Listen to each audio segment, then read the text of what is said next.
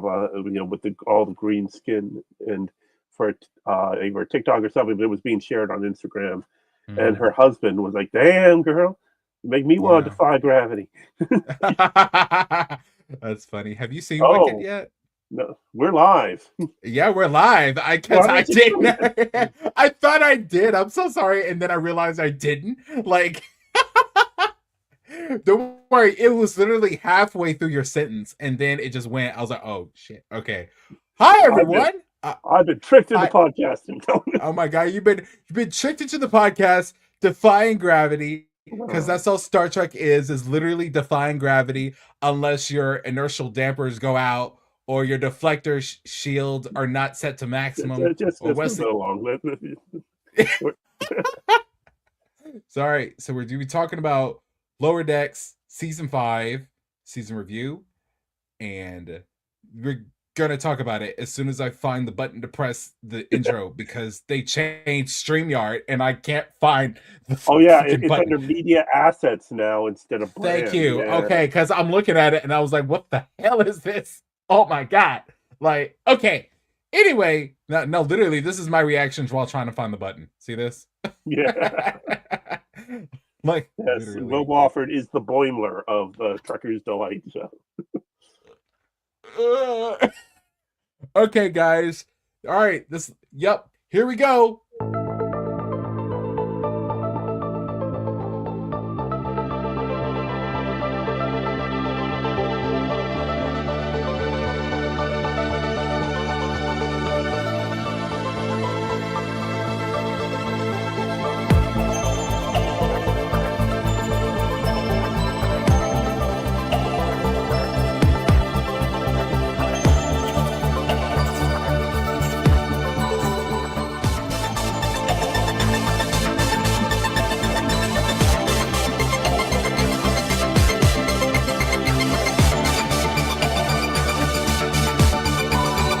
Every other vote.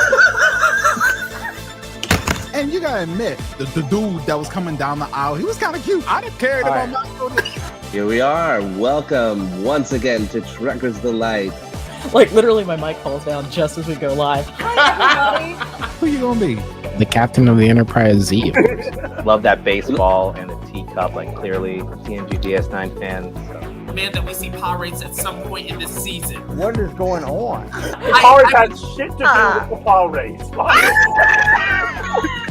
No, everybody, this is actually one of the main screenwriters for Prodigy, so we are super excited to hear from you. And No one also, listen. I'm a little embarrassed for being as critical.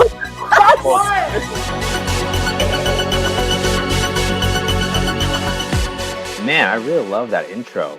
This was a nice touch. I hate you! I hate you! I hate you! I hate you! I hate you! It's just like Keith knew that. Okay, I already know that William is gonna do away with this. This is the last time we're gonna see this. But so I'm like, "Mee!" And I was literally looking around my bedroom because I'm thinking, oh my god, like what's happening? Because I live on the 3rd floor and I don't have time for any more shit. Like, oh my god. How you doing, Keith? I'm okay. Well, it's sad. We haven't had any new Star Trek to watch yet this year. I know, right? Because if I'm not mistaken, right? Yeah. Because if I'm not mistaken, we have Section 31 coming up on the 24th.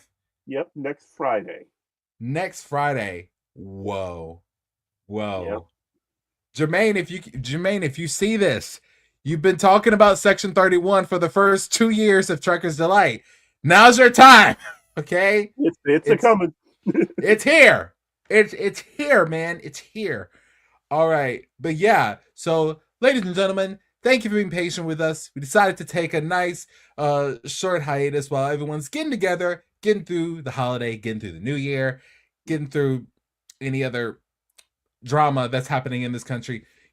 Woo-dee-dee-woo. Hope everyone's doing great. So today we are going to be going over a recap review of season 5 of Star Trek Lower Decks, which I hope this isn't like goodbye. More, I'm hoping this is more of a see you later. Like because that's what the last episode was kind of giving, like see you later, not like goodbye. But I don't know. We'll see. What do you think, Keith? I don't know. I mean, it's very clear that Mike McMahon and his writing staff had a 7-year plan, and that they had to speed up a lot. And there were there were definitely storylines that that he was hoping to touch on that fell by the wayside. One of them came back, was very noticeable in that final episode, but he didn't set it up as. I mean, he set up that Lower Decks as a show could be over, but the adventure just starting for this crew, the Cerritos. And he set himself up pretty well for 1, 2, or even 3 possible spin-offs if they choose to go in that direction. And considering how cheap it is for them to produce Lower Decks versus the cost of like Picard and Discovery were, you gotta be wondering why they aren't, they wouldn't let this one go for longer, and they, haven't went ahead and made that step. Yeah. If my timelines are correct, this takes place Pretty much Prodigy? between Voyager and Prodigy. Between Voyager and Prodigy. This is where it fills that. Yes. Yeah. Okay. Yeah, and Prodigy goes, gets us right up to the flashback scenes from Picard season 1, but it pretty well covers up to Picard season 1. And that's right, because at the end of Prodigy, we saw both the Titan and the Enterprise E before it was destroyed. So, which do we officially confirm that the Enterprise E was destroyed in that mishap in Prodigy season 1? Was that no one has been willing to say it officially, but I in my headcanon, that's what happened to it. And that's why it's not Worf's fault. Justice for Captain Worf. Yeah, it's not his fault. It's not his fault. He answered a distress call and stuff happened. Yep. How was he supposed to know? Yeah, because I think go ahead. Okay. So season 5, it was 10 episodes, which of course every season was 10. It's a sad thing. We got 5 seasons of Discovery, 5 seasons of Lower Decks. And while original series was only 3 seasons, there were more episodes in a season and a half of the original series than there were across 3 seasons of Lower Decks. So we got more episodes of original Star Trek than we did of Lower Decks. And Discovery went back and forth between 13 and 14 episode seasons. So it's not like they're short too, but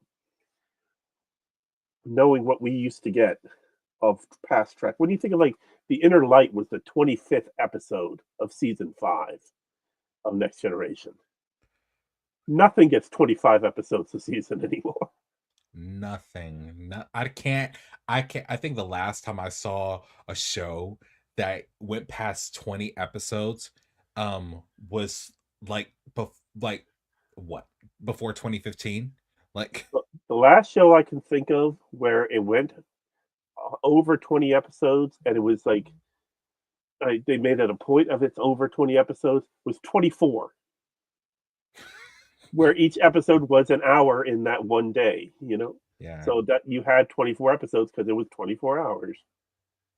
Oh, I did just finish watching Brooklyn Nine-Nine, and it ended in 2021.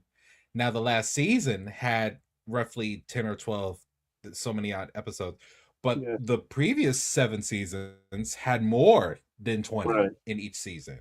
Well, that was the case of the people on the show got busy with other projects. Stephanie Beatriz said Encanto and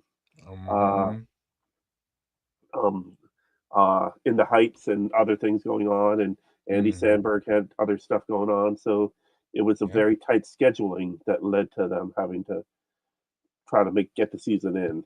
Now trying to see how many episodes an average season of Brooklyn Nine-Nine was, because most sitcoms should be still in the 20 or so thing. So there are 153 total episodes of Brooklyn Nine-Nine, and that's across 8 seasons. Mm. So that's less than, if you're dividing it out, that's less than 20 episodes a season. Yeah, 10 Mm. episodes for season 8, 13 episodes for season 7. I'm guessing it got lower and lower each season. Now, season 5 had 22 episodes Okay. back in 2017. Because I remember for season 7, that's when like they showed like 1 or 2 COVID episodes, Mhm. like because they were like wearing their masks. Well, the first few episodes aired in February of 2020, so just as COVID was starting.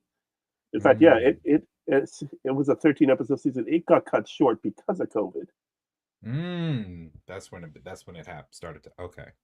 Yeah, and then And I'm then guessing, yeah. So when season 7 ended in April of 2020, season 8 started in August of 2021, so a whole year plus later. So it was COVID and other projects. But yeah. So this season of Lower Decks, our main storyline, our connective tissue was the fissures in space, giving us multiple dimensions, a chance to see the way other dimensions where it's so unique because everything is purple, or literally purple. or Beckett is a hard ass, or Yeah. or everything is super small. Nah, I can't even. I just Yeah, like it was amazing. They previous seasons did seasons 1 through 3 did not have a a flowing story from episode to episode. Like there was character arcs, but there wasn't a story arc. Season 4 was all about the disappearing ships and becoming Nova Fleet at the end. This season was all about these fissures in space. And Mike McMahon lied to us, saying before the season aired that there will not be a overarching storyline.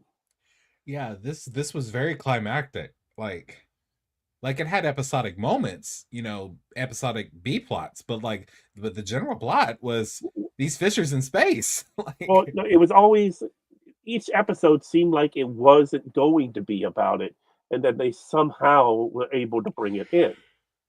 So, like Dos Cerritos, obviously we had the 2 Cerritoses show up in episode 1. Episode 3, the best exotic nanite hotel. That's when they had the miniature Intrepid class starship that showed up.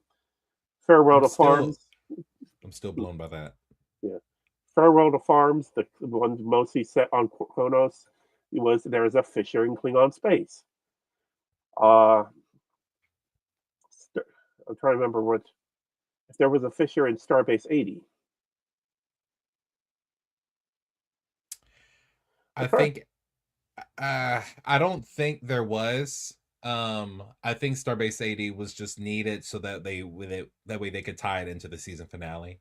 Well, I mean, even if we didn't have a fissure in space every episode, what you did have was Boimler having stolen the pad for his alternate self from Dos Cerritos.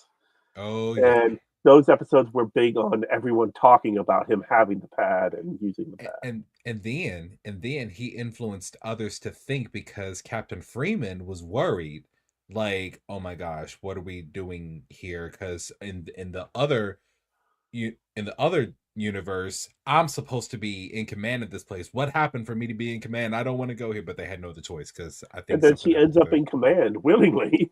Willingly, yeah. I'm like, it's because when you get in, it's really not that bad of a place. They're just widely mistreated and neglected. Yeah. So I wouldn't mind hanging out there after getting to know it.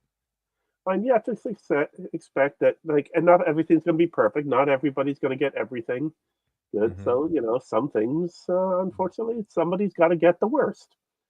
And yeah, that was Starbase 80. Trying to, I'm looking over Shades of Green and others to see if there were other fissures that they mentioned, and I don't believe they did. I was kind of really hoping that at some point we would see a brief cameo of Michael Dorn. Just something so super short that connects with the Parallels episode in TNG.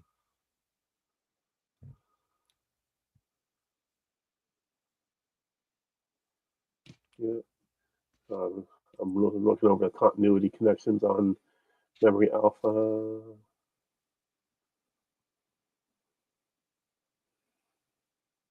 No, I don't see any reference to there being a fissure in space in that episode. So that was just, Boimler. Well, that was Freeman worrying about being stuck in command. So, all right. So, okay. So yeah, the overarching storylines we had Tendi returning from the Orions, making things right with her sister and her family, and then finding her place as compliance officer on the Cerritos. You had Lynn adapting, learning how to deal with other members of the crew. Like, wasn't exactly sure how to be around Mariner. Wasn't exactly sure what Rutherford was looking for, and never quite realized that she was in competition with Tendi on anything. Boimler had, of course, the adapting himself to the alternate self guide and growing out the beard. I'm like, Mariner that finally made you grow out the beard?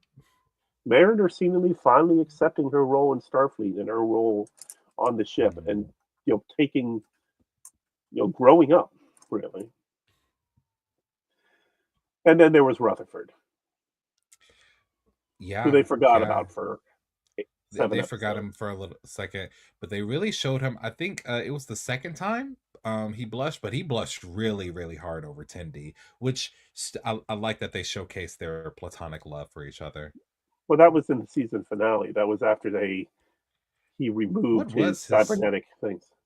That's right. He did remove his stuff, and then he saved the ship because, as we learn, the Cerritos was designed to be the perfect blend, which is why they survived. But what was Rutherford's storyline? Because I remember the biggest storyline he had. Well, two that I remember: him recovering his memory, figuring out what happened, and then Badgie.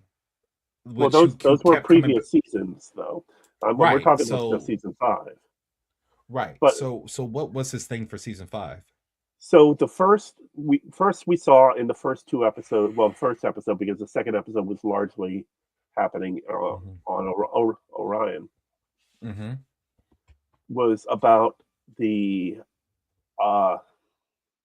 was him missing Tendi. And in Dos Cerritos, it was him seeing an alternate version of himself that allowed himself to become more artificial. So it sets up very well the idea of him removing the cybernetics at the end, because we saw a version of him that was almost Borg in how cybernetic he was. Ooh, because he was trying to bury his feelings for her. Yeah, he had erased her from his memory and just kept on turning himself more to a machine. Almost like the story of the Tin Man from Wizard of Oz. He lost his love, and then his tears just cut off pieces of himself and replaced it with machine. Oh, that's dark. That's dark. He basically turned himself into he basically turned himself into a Borg drone. Yep. Oh. But yeah, let's see. I'm trying to think what all he did in each episode. Best Exotic Nanite Hotel. He was helping chase after the nanites. The Farewell to Farms. Did he? Was he? I'm trying to remember. He was just helping Miggly Moo with the Kowalkins. But yeah, he was basically a background character in that episode. You had Boimler and Mariner, as usual, being the stars of the show. Starbase 80, you had him fixing up the starbase. Of Gods and Angles, he was, having to continue to take care of the orbs and the squares. And Fully Dilated, that's where he and Boimler spent the entire episode trying to clean up the mess they made in the transporter room. Upper Decks, of course, all of our lower deckers took a back seat in that one. They just sat and carved pumpkins. Well, no, that was Fisher Quest, where they sat and carved pumpkins. Upper Decks, they They just sat in the bar drinking. Hmm. So basically, he was a background character for episodes 4 through 9. And that's kind of sad that he was one of the main characters and took such a huge step back. Yeah, they kind of sidelined him a little bit. Yeah. And then all of a sudden in the final episode, we find that he's unhappy being on the Cerritos, that he's sick of how old the ship is. And, just overall, like, he got his whole story in that final episode.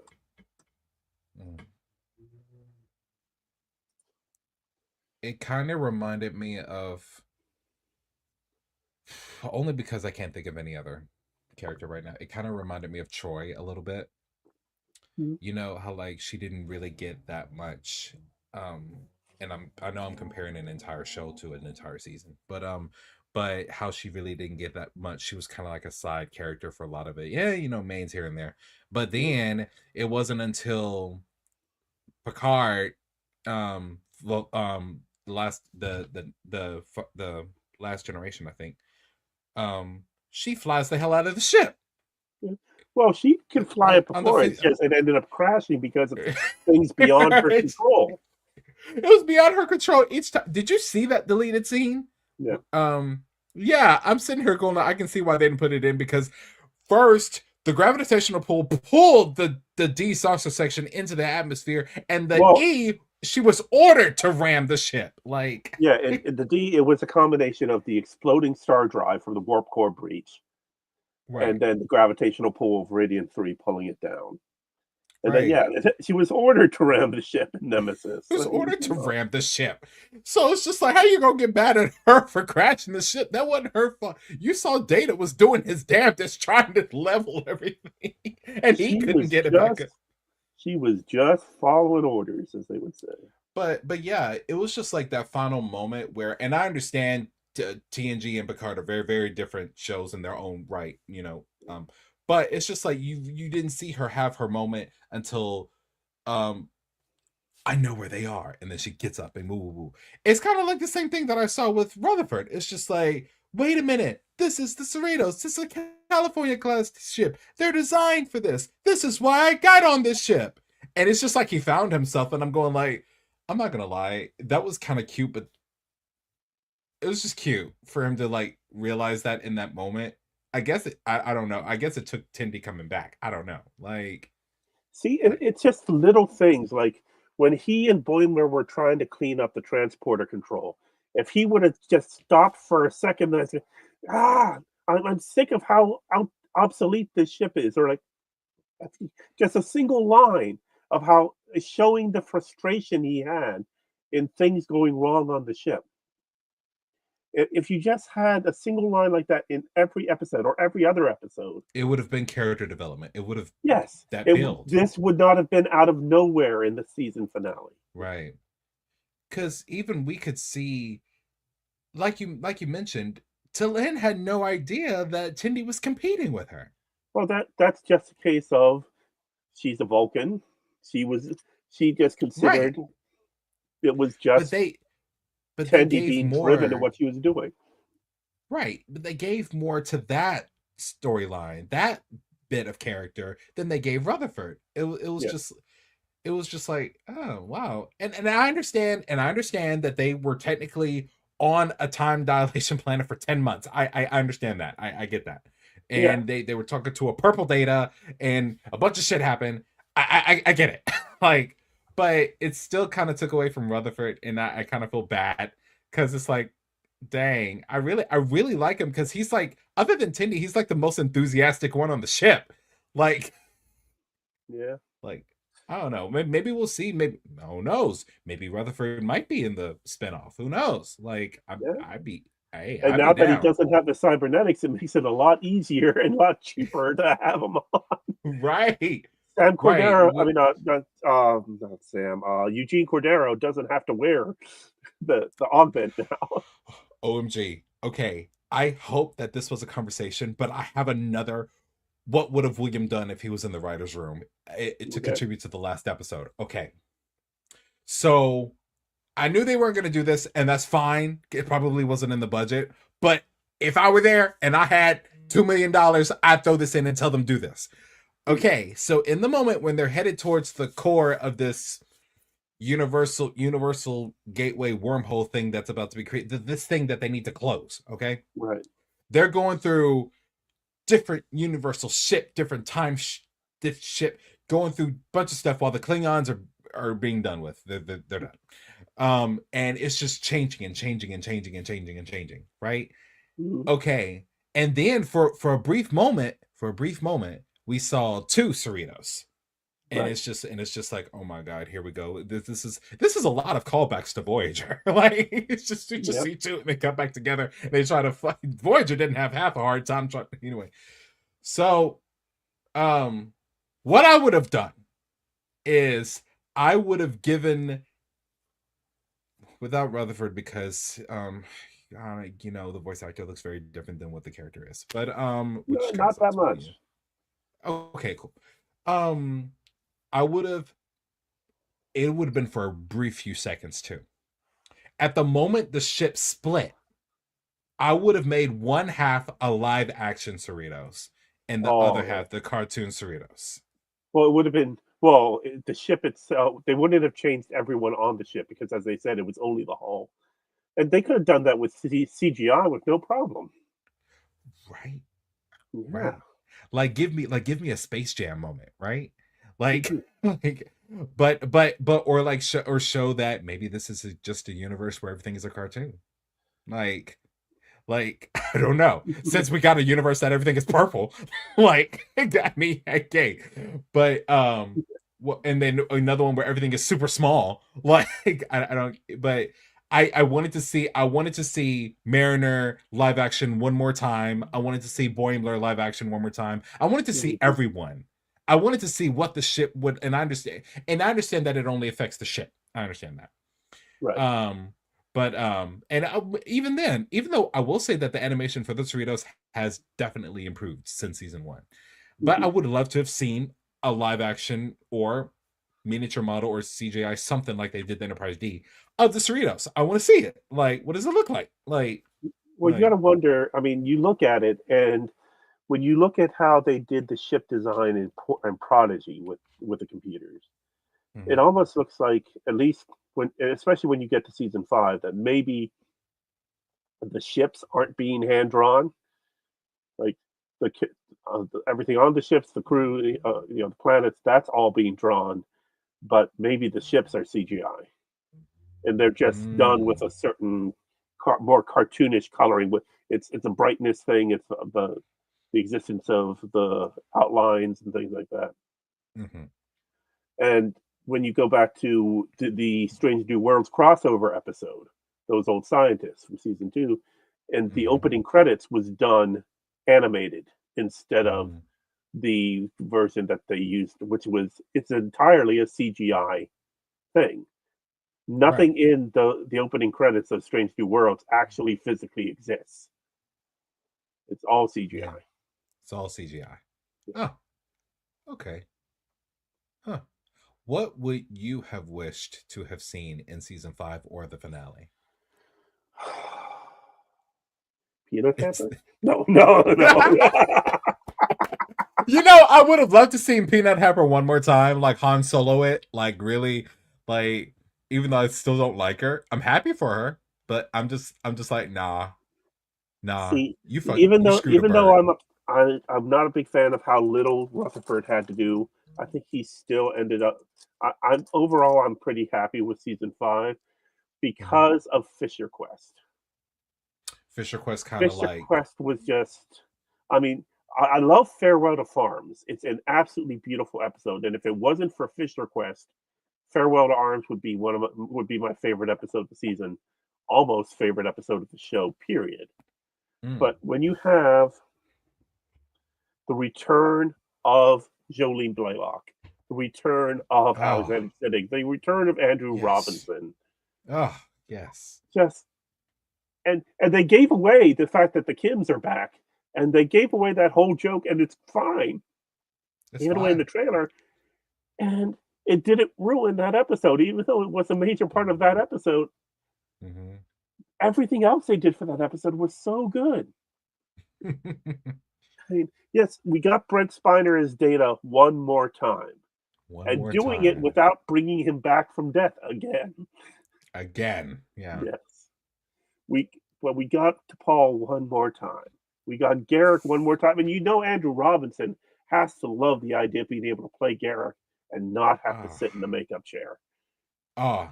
Oh yeah. Yeah. Just everything. Oh, also I saw this meme to add to your point. I saw this meme where certain Trekkies, which I wouldn't know why they call themselves Trekkies anyway, hated the idea of watching Garrick and Julian kiss. And I'm sitting here going like, pause. Season 6 or 7 of Deep Space Nine, did we not see Kira and Ezri kiss in from an alternate dimension, alternate universe? Huh? Yep. What's the difference? I need someone to tell me the difference. Like, you can't. You're just mad. No, I remember. So I'm also a fan of Doctor Who, and in the one season of Doctor Who, you had with Peter Capaldi, you had his companion Bill was a lesbian character, and at the end of the season, well, all throughout the season, you had people complaining, "Hi, I'm Bill. Did you know I'm a lesbian? Oh, I'm a lesbian, by the way. I have to say it every 15 seconds." Yeah, she said it like 3 times the whole season. Jesus Christ, that's only 3. Yeah, like she said it in the first episode when she thought the Doctor was coming on to her, and she said it in the final episode when she was telling him how she loved him, but wanted to make it clear that it's not that kind of love. And in the episode where they were dealing with Roman soldiers, she mentioned it because they were talking about how they, had different sexualities back in Roman times. And yet, but the fact that she dated a woman in a couple episodes, and the fact that there was a whole storyline about her falling for a woman and this and that, was enough for them to say that she's a lesbian every 15 seconds. And you people complain saying you're forcing this on us, then have no problem with every regular male female character. I mean, as you well know, William, that why is outward expression of one sexuality okay, but the other sexuality not okay? Because they prefer to see women make out over men. Yeah, and in certain cases, well, attractive women with attractive women. Yeah. That'll do it, because I don't know. I don't know of a case of other. Is there another case of other women kissing in Star Trek? Yeah. Cisgendered women kissing in Star Trek. Yeah. Well, all right. It's complicated because you had. It's complicated.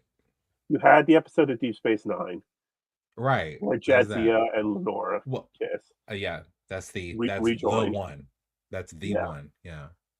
You had Seven and Raffi's relationship in season 2 of Picard. It was kind of not there in season. I mean, it was muted in season 3, but season 2 they did have a kiss. They were a couple there. And of course, a lot of people were upset at that. A lot of the reasons because the guys thinking they have a shot at Jerry Ryan, and you don't have a shot at Jerry. But no, well,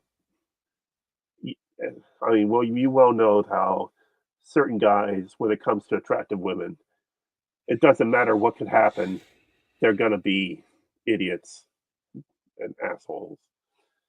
I don't know if you saw what happened with Aubrey Plaza. Is it Aubrey? I'm not recognizing the name right away. I think I'm getting it wrong.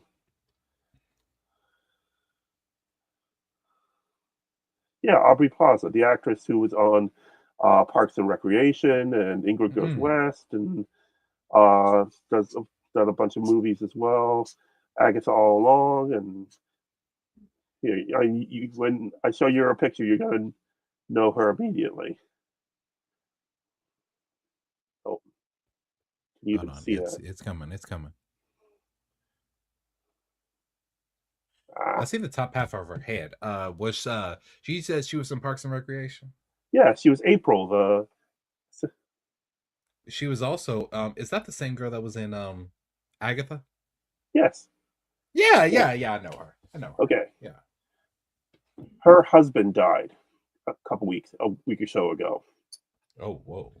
and within seconds of it being shared online. Oh, does that mean she's single?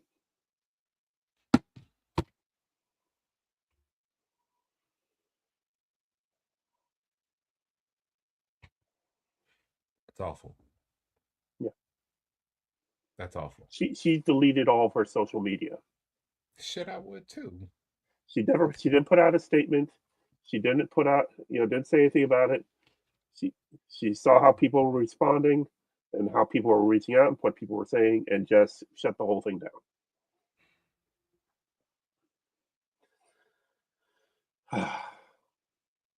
Okay, we're getting away from Star Trek here. I'm gonna say let's come back. But well, condolences to the to her, like, because that's fucked up. But yeah, back to season 5. You say okay, so you said that Fisher Quest was your favorite, arguably your favorite episode in the entire show. It's up there, yeah, It's up there. Okay. because it does what early Lower Decks could do, and bring all these people back, and not have to worry about how old they are, what they look like now, Let me ask you this there. Compared to, I'm not gonna bring up These Are the Voyages. I'm not bringing that up. But for the last season, minus that episode of Enterprise, when they kind of like jumbled like the last would be 3 seasons of Enterprise, the Borg, the Rhyme, this shit, this that, blah blah blah. How do you feel Fisher Quest handled that compared to Enterprise? Which one handled it better, knowing that they were both about to be canceled? Well, they didn't know season 4 of Enterprise was going to be the final season when they were making it. Oh, they didn't know. Yeah, they found out towards the end of making it. Same thing with Discovery, and I believe Lower Decks takes a little bit longer because it is animated, but I'm pretty sure that they were partially into it before. But there's a lot that gets dealt with in season 5 that you could definitely see that they were setting up to go later on. I mean, I kept on meaning to say this as we were going through it week to week. The biggest sign that they rushed to get as much as they could in season 5 of Lower Decks was from the battle scene in the opening credits. Season 1, it's just Romulans versus the Borg, and the Cerritos comes in, and then immediately nopes right out of there. Right. They usually turn around, get the hell out of Dodge. Season 2, they added Pakleds and Klingons. Pakleds at the beginning, then season 2, but then Klingons towards the end of season 2. Season 3, they added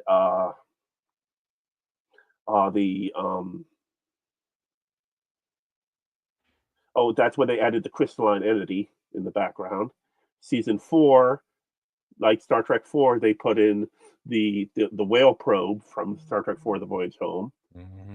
And then this season we get V'Ger, we get the green hand of Apollo, we've got a bunch more ships. They had so much more. Yeah.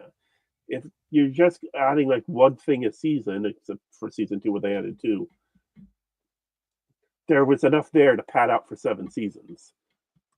So we saw what we would have seen if it would have stuck around for 7 seasons instead of seeing it step by step. They added. I see. Because you're saying that they had a build for each intro for each season, and for this season 5 they added the season 5 plus 2 more, Yeah. like which would make it 7 seasons if it was 7 seasons. Okay, I knew that they added stuff, but I didn't think about the correlation like that. Yeah. Mike McMahon said they had a 7-season plan. Do we do we know what would have been the storyline for 6 and 7? As far as we know, it's a lot of he was able to squeeze a lot of that into towards the end of season 5. So the idea of Mariner as first officer under Captain Ransom, which we did get. I mean, she's provisional co-first officer with Boimler, but that was pretty much in the cards for later seasons. Yeah, later on. Yeah. So, I mean, some of it is he made it seem like we would have had more of time with Captain Ransom, but I wish they would have shown that he was like. I wish they would have shown that he was like a nephew or somehow related to like Captain Ransom. That was Voyager. Yeah. The parent outside off screen, they made it seem like he was his younger brother, which oh, it's a bit of a stretch. Yeah, and if it was his dad, then that kind of doesn't look. It would have fit better. It doesn't look that good because by this point Voyager had made it home, and because we saw Tom and a lot of people from Voyager, and Starfleet would have known about the actions of Ransom, even though he did sacrifice himself in the end. Like, I wonder why they went with the name Ransom. Well, I think McMahon had said that in his mind they were connecting to that, and I'm looking up. I'm on his page on Memory Alpha right now. For a month in Barcelona. Claimed to be from Hawaii.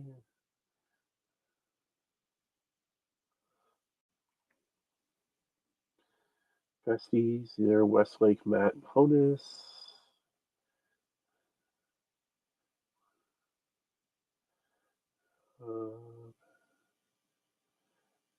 Yeah, they don't even have anything on Memory Alpha about any connection to the other Ransom. Maybe that was a potential future storyline then. Yeah.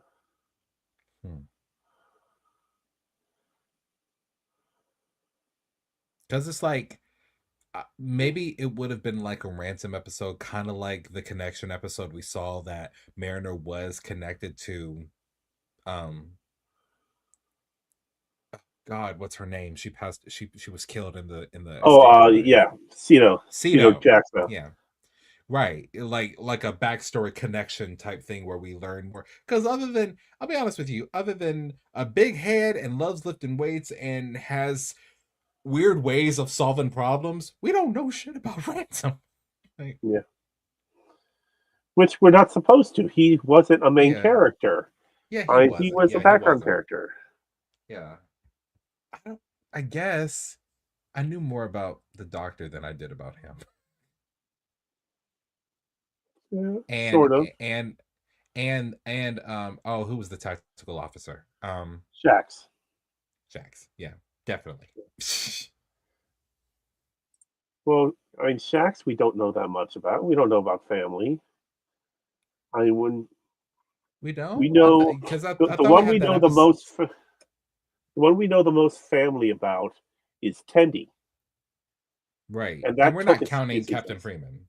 Yeah, and we're not counting Captain Freeman because that's we know Mariner and her parents. Yes, but Tendi, we know her parents and her sister and her brother-in-law and the various other people. Like we saw briefly bits of Boimler at his family's raisin farm in California, but we didn't see his parents or any siblings or anything. We just saw alternate versions of himself. Yeah. But Tendi, we see a full family. Rutherford, we saw him on his own. No mention of anything about his parents or I think was he an orphan? I don't recall, but it wouldn't surprise me because I don't remember any. That definitely would make sense with certain things that we found out in his tragic backstory. Yeah, because it's like so. Yeah, it would. It And then, of would. course, we know nothing about Talin's family or background, except Right. for the fact that she's 63 years old. They did a lot of similarities with to Paul a little bit. It's like initially like I don't even want to be here. Like I'm gonna transfer back first chance I get. Then she chooses to stay. I think there was one episode, maybe two, where she contacted Vulcan, um, or Yeah. something. It was something. She was. I could Oh yeah, assume. they Or she reconnected with her tried. old ship. Yeah. Yeah. And shout out to Talin for figuring out how to be a rich entrepreneur in less than 10 months. Like Yeah. True. that, Yeah. bruh. In Come fact, over here and the only bridge crew, upper deck crew that had family beyond a reference to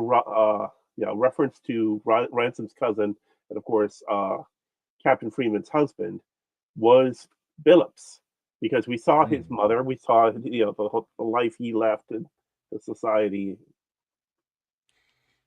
Let's see, Talin was born in 2319. Home is in the Vitian Flats.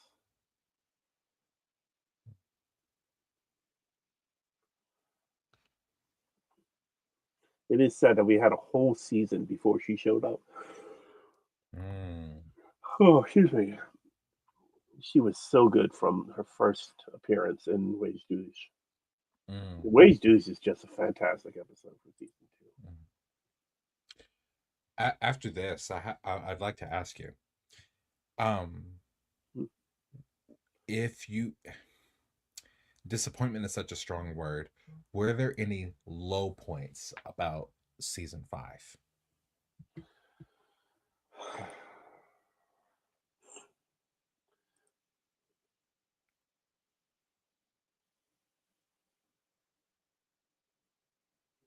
I don't really think so.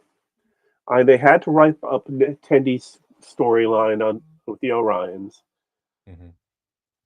With the hotel, they were able to wrap up the Jennifer storyline for Mariner.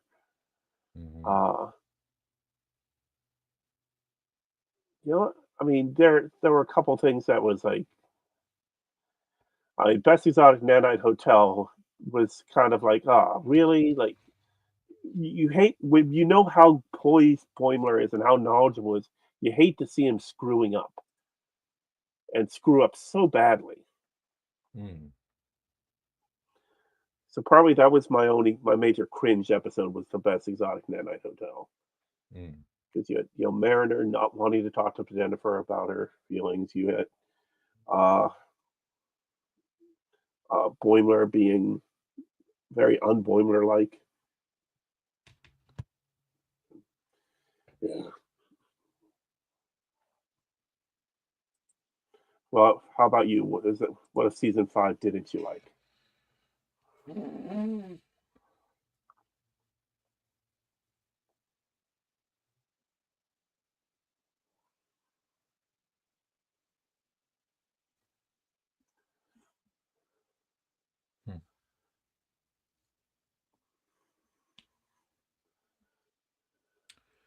I would have to agree that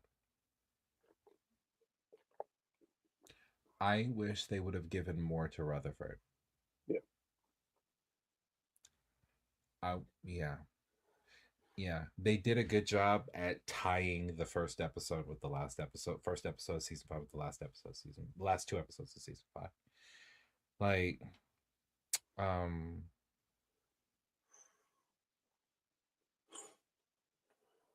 and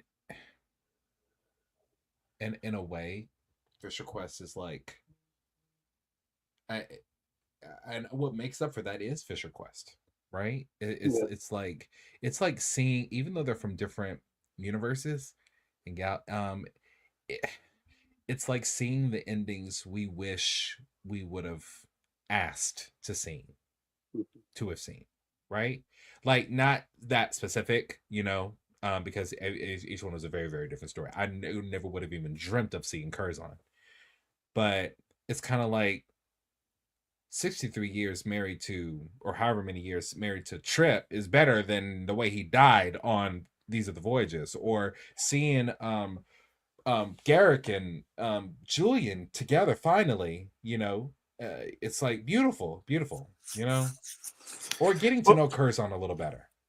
Well, one thing that's funny to think of, how in Back to the Future they had the conceit of, he changed the past, so he had the picture of himself with his brother and sister, and they're slowly fading away. Like, the older brother is fading away first because he's the oldest, and we kind of had that with our Lower Decks crew this season, of them slowly fading. In that, Rutherford kind of looking over, like, when you get to Fully Dilated, Rutherford had relatively small parts in Starbase 80 and Of Gods and Angles, where he's just basically there fixing stuff. He had the big moment in the episode 1, and then in episode 3 with helping to try to catch the nanite thing. I can't remember what he called it. The Glompus? Was that it? Glompus? But then Fully Dilated, Boimler and Rutherford are sidelined the whole episode just trying to fix, screwing up, spilling the drink on the thing. And of course, yes, the time dilation is different. But it was basically then the Mariner, or Tendi, and T'Lyn show. Then Upper Decks, the entire Lower Decks crew, these 5, were all set to the side for an episode focused entirely on the Upper Decks. Then Fisher Quest, the only regular member of the cast, is Boimler's transporter clone. So yes, this is technically a Boimler episode with everybody else involved. And then they had Mariner, so they took it back to the key pairing of Mariner and Boimler, which, just like we had with the crossover with Strange New World, they are the 2 stars of the show. Right. And then, of course, they all had to be brought back together in the final episode to all have something to do. But it definitely felt like they were fading. How much? Because it's like, this isn't Lower Decks anymore. Like, because they all... We even saw it in the last season that they were starting to grow apart, but they grew up, and they they weren't just promoted. The majority of that friend group is bridge crew now on certain shifts. So it's like, it's not, and I get why they did like the Upper Decks episode, because I think it's, in a way, it's kind of like a callback to like TNG, except they just flipped it. Like, I think that's the definite sign of that's an episode that was going to be saved to season 7. That's an episode we're going to see. So what you're saying is they went through the season 7 concept and then just said, "Hey, we're going to pick out this one. Let's pick out this one. Let's pick out this one." Or like, maybe one. Well, they didn't have whole episodes written, but I'm sure he probably had a plan. Season 7, Upper Decks, and it just came down to like, okay, I still want to do an Upper Deck episode, so we'll make that work. But then it's just story beats and things, because they obviously didn't have whole stories written out. I mean, this is the guy who did write TNG season 8 on Twitter with storylines and everything. So he could have, but I think he just pulled the things he really wanted to cover in season 6 and 7 and put them into season 5. Okay. All right. There is news, but I don't really feel like getting into it. It's we lost a couple people today. We've had heart goes out to the people in LA that have lost their homes, lost everything, are evacuated. Friend of the show, Aaron Walke, is evacuated right now. had to leave his home to get away from the fires. Not sure, what's happened there. We heard about Kate Mulgrew's son lost his house, and he was getting ready to do an art show with his paintings, and all of it was destroyed. Oh no. Yeah. Yeah, you're talking thousands of dollars in paintings that were about to be put on display for a major art show. If he would have moved them down to the studio, a week It would have earlier, been safe. yeah, but they didn't have. They weren't ready for him yet. So, Denise Crosby lost her home, lost everything. She showed a picture of her house. It's just basically like the front door, the frame of the front door. Everything else is gone. So yeah, and when I say people we lost today, that's actor and sportscaster Bob Uecker, who was co-star of one of my favorite shows growing up, Mr. Belvedere, because it was set in a town just up the river from my hometown. And David Lynch, the director, for Twin Peaks and 1984's Dune, and various other creepy things over the years. So, yeah, we love to save Lower Decks, but we also want the people in LA to be safe. We want. It's going to be 17 degrees here in DC on Monday. So we want people here in the Northeast and Atlantic to be safe. The cold. You got snow in Arkansas? I was about to ask if you had snow. Oh yeah, we had 6 to 8 inches. We were shut down Monday and Tuesday, and school was out Monday through Thursday. Yeah, we had a good 5 to 7. No. I won't say it's all gone now. What happened was, it started snowing last Thursday. And then everything was completely shut down the entire day of Friday, because we were like under between 6 to 8 inches, right? And then what did melt on Saturday turned into ice, which is what normally happens. And then Sunday it kind of was like okay, and then Monday, Tuesday, here we are. And then most of it is gone now. So it's been a week. So, but it's supposed to get cold again. And Arkansans, it's supposed to get cold again this weekend. And I'm like, okay, and because but I asked them, is it ice? Is it snow? We're gonna be okay then. we're gonna well, at least for this area, anyway. What have temperatures been looking like over there? Like, have y'all is the snow still there? Yeah, we still got the snow. We had it come. It mostly hit Sunday night, and then it just kept on going. And then we had another wave hit us on Tuesday, and so now it's got that thin layer of ice on top of all of it.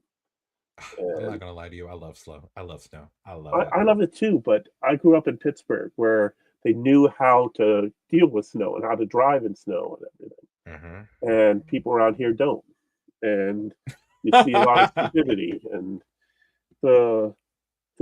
it's been a while it's been a couple of years since we had a really big snow here in DC.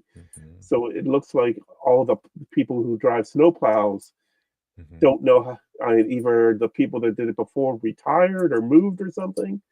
But the people that were doing it were doing a piss poor job. So, yeah. All right, so we're at an hour. Wow. We made it. I feel like we kind of struggled through this a little bit. We need more people next week. We need more people. We need more people next week. Come on, y'all. Because I've got some people from which will be soon into the grave TikTok Star Trek influencers that want to be interviewed, and I would like it if some of our cast would come back, and restore the saucer section to the hall. So yeah, we got to do our full Lower Decks recap, and this was just season 5. But then, of course, next week we've got Section 31 coming out. Now the question is, And this is the chance for you all watching to vote. You 1 or 2 people on the Facebook page, on Twitch, on YouTube, wherever you're watching this.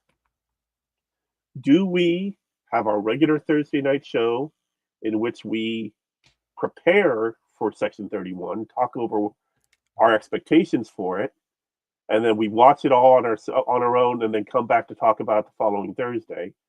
Or do we not have the show next Thursday and instead do it Friday night and have several of us watching it live for the first time while on live streaming here with you all?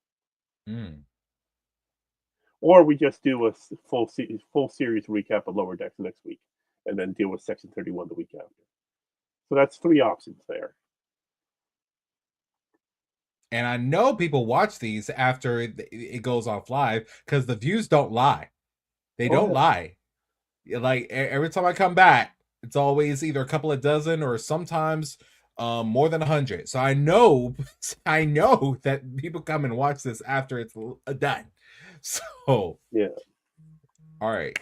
Well, we're at the 1 hour mark. Thanks for being here, Keith. We are honestly just like there's a Lower Decks crew. This is definitely the Skeleton Crew. Yep. And I haven't even watched Star Wars Prodigy, so I can't even comment on that. Right. All right, guys. Well, this is my Boimler panic face right here, waiting for the rest of my friends to come back. Where is it? Up here it is. Yeah. Y'all, don't make me drive this ship because I will. I'll duplicate myself because my name just happens to be William, and I'll name him Boimler. All right. Good night, everybody. Remember to like and share. Leave your comments below. Later. Peace. Wait, Jason, on a scale of 1 to 10, how serious are you being right now? I gotta know. I'm serious, dude. You got like 10 out of 10 serious, or picking on Michael serious? Which one? There is no temperature in space. It's not cold. What are you serious? Okay, wait. Who is somebody? Oh dear God! It just got because you said his name. Welcome to the party, Michael. No, that is not how we're going to end the episode because Keith actually has like a legitimate news update. He knows shit, and we should possibly like convey that knowledge. That's my favorite line. He knows shit. It's just like a black and red mound. It's like. Why are you describing yourself? What the hell? Hello from Hey, Virgil. Hey, Virgil. welcome. Hello, Virgil. Welcome. Who are you?